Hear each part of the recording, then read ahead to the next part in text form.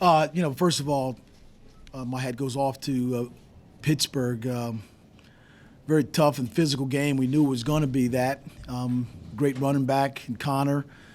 Their defense was, was in the top 10 coming into this game, and I feel really, really good about some of the effort, some of the things we did, and we were resilient, and we made plays in the end when we had to.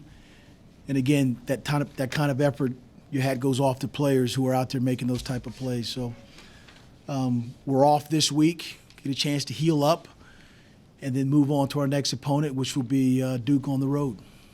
Questions? Hey, Mike, second half was obviously more of a struggle than the first half was. Did you learn anything about your players kind of gutting through that and getting the win? Yeah, we talked about being resilient. And, like I said, that's a very good football team with a running back that was, second in the country in rushing yards. I believe he had 80-something yards. So, we bent, we didn't break, and we bounced back. And as I said, guys made plays, when they had to, came up big. And, it's important for us to, realize that we got to learn from these types of games. But, it might have been a different result last season. But this is a season that we talked about these guys being hungry. We'll stay humble and get ready to work and move on. Mike, I think Kevin, that's a career high for him, and I think it's a season high in carries as well. Was that one of those deals where he was just on a roll and you didn't really split up you didn't have much of Kalik and Smoke in there? You just kind of feed the horse there a little bit with KP? You could tell early on that Kevin was doing a lot of his yardage after he was initially, stopped or tackled, and he ran through arm tackles, and he pushed the pile. So, when you got a guy that we all knew what he can do, he's ACC leading returning rusher. But this game was one of those games that, that he was making himself known.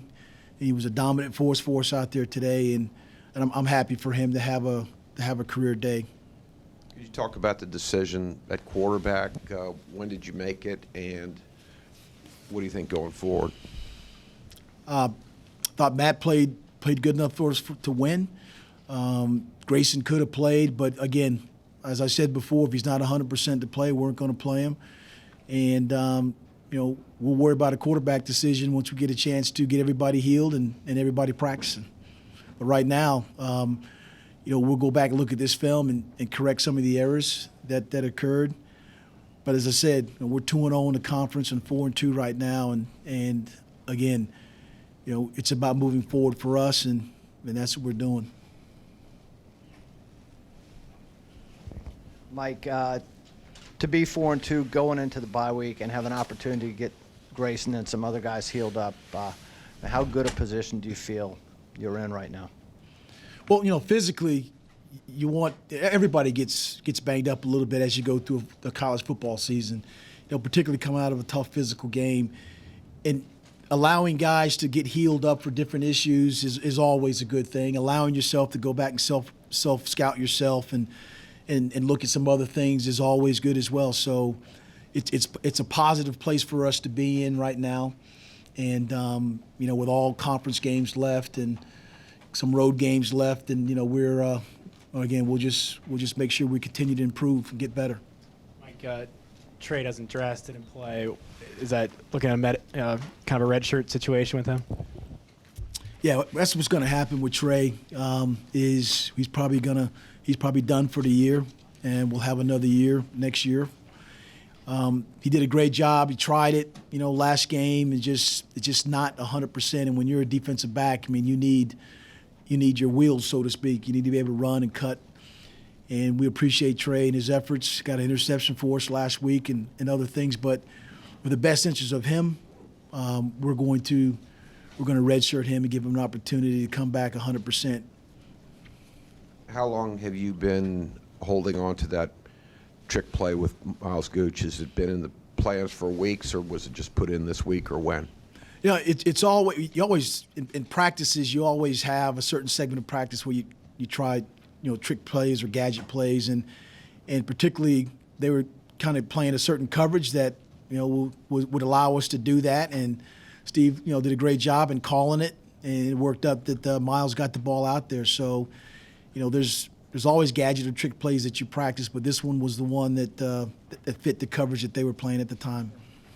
Coach, Max Vallis obviously had the big defensive play, the return for a touchdown. What did you see on that play, and can you just talk about it a little bit? Well, if you look back, I believe the quarterback was under pressure there a little bit, and Max just did a great job of playing in the throwing lane, and quarterback released the ball. He stepped in front of the intended receiver and did a great, and got a score. So now he and Eli are tied. That's all they're talking about now, is trying to outdo each other. So, but it was a big turning point for us, again, to score on defense, and that's been some of the things that have been going on this season. It's been different, is scoring on defense and creating the turnovers like that. And I'm happy for Max and having some success. Hey, Mike, big effort by Blanding and Harris tonight, defensive backs. Talk about Harris and Blanding and their effort tonight. Yeah. Anthony Harris has made Quinn Blanding a better player. And Anthony does a great job out there kind of running things. And I believe Quinn is in the top 5 or 6 in the ACC in tackles. And a lot of that is just attributed to the communication that Ant Harris can provide. A lot of that is the coaching of Coach Tenuta and Mike Archer, his position coach. And so Anthony is a guy that is very important to this defense's success. He's a communicator, and he's a guy that, will help Quinn Blanding become even a better player. Mike, you've been rotating tailbacks pretty religiously. How hard did Kevin make it to take him out tonight, just when he kind of got on a roll?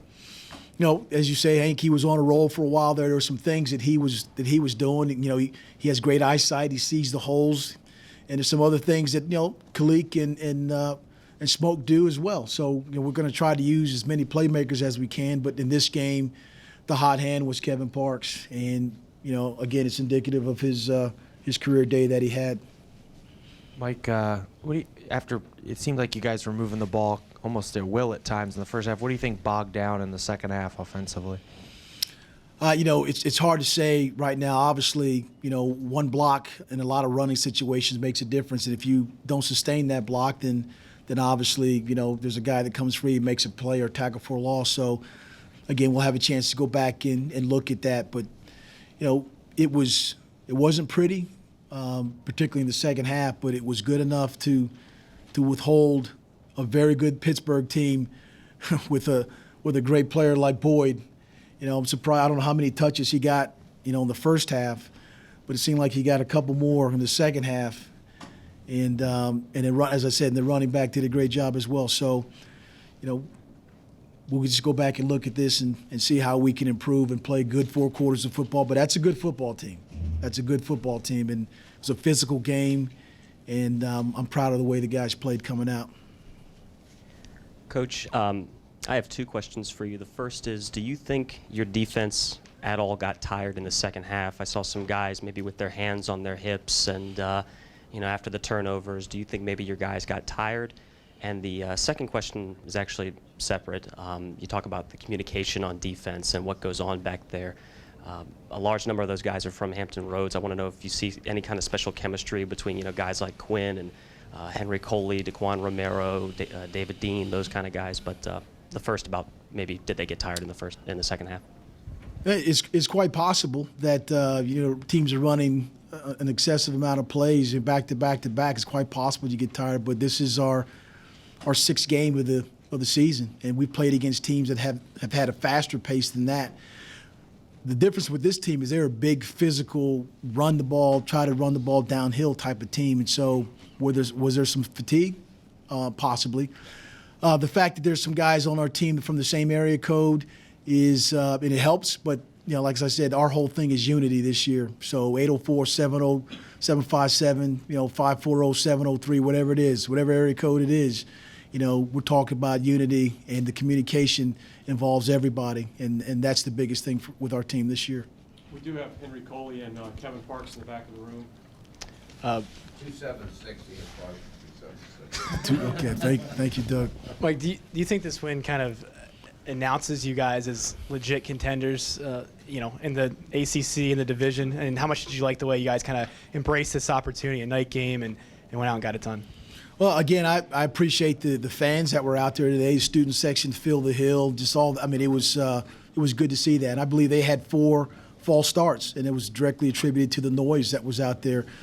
Like I said, we're hungry, we're humble, and we haven't arrived. We just want to go back to work and become a better football team, and that's what we need to do. And at the end of the season, you can look at what we've done and all that. But right now, our focus is getting better, getting healed, and then moving on to play Duke.